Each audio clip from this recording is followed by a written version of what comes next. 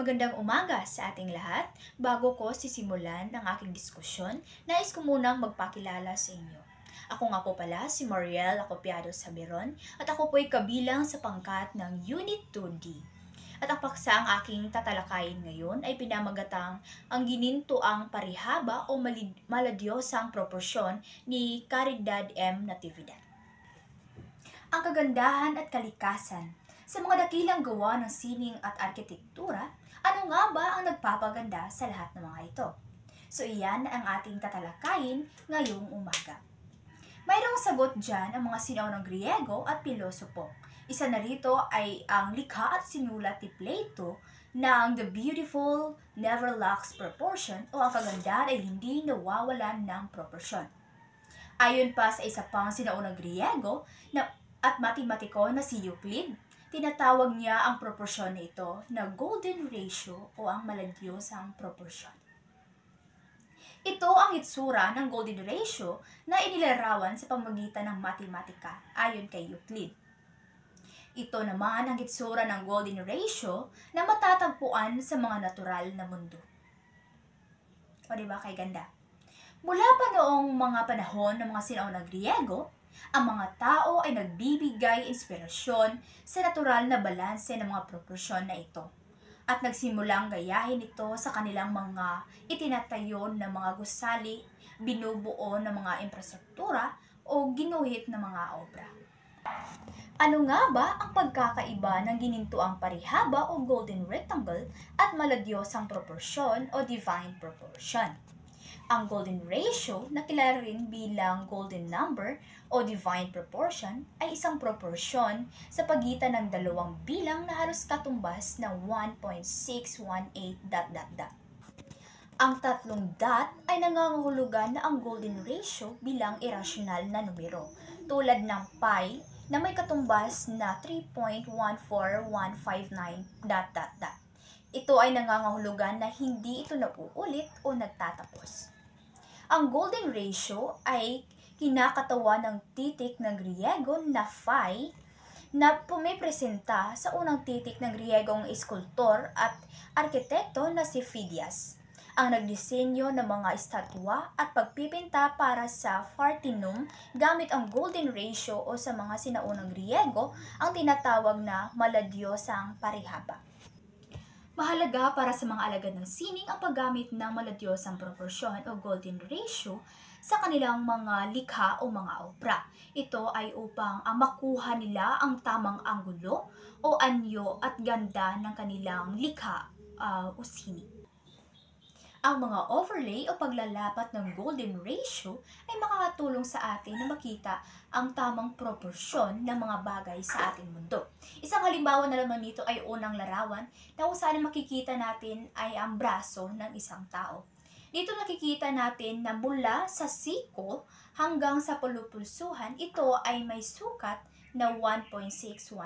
At mula naman sa pulupulsuhan hanggang sa dulo ng ating daliri, ito ay may katumbas na sukat na 1 ayon sa golden ratio.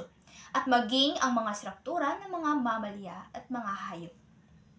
Isa pa sa mga halimbawa nito ay ang mga sinaunang templo at mga katedral noong ika-12 ng siglo at ilan pang mga kilalang gawang sining. Isa sa alagad ng sining sa panahon ng Renaissance period na si Leonardo da Vinci ay gumamit rin ng golden ratio sa kaniyang mga obra. Isa sa kanyang obra ay ang Mona Lisa. Tinatawag naman niya itong divine proportion o maladyosang proportion. Dadako naman tayo sa ginintoang parihaba. Ang ginintoang parihaba o ang golden rectangle ay isang uri na parisukat kung saan ang haba ng mas mahabang gilid ay may tamang proporsyon sa haba ng mas maikli nitong gilid, na inilarawan bilang ang pinakaakit-akit na anyo ng parisukat sa paningin ng tao. Kung mapapansin natin, ang isang golden rectangle na may bahagi ng mas maikling gilid ay may haba na 8, at ang isang bahagi naman na may mas mahabang gilid o side ay may haba na halos 12.944 .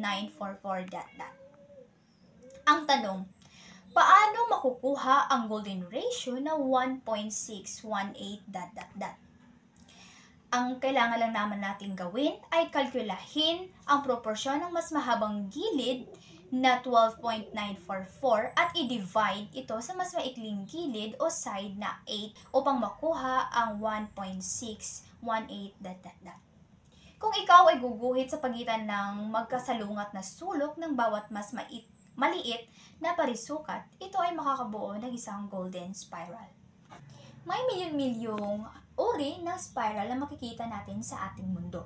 Ilang halimbawa na lamang nito ay ang hugis na spiral sa kalikasan, sa mga bulaklak, sa balat ng mga kabibi, pattern ng panahon tulad ng bagyo, at maging ang ating solar system at Milky Way ay isang spiral galaxy.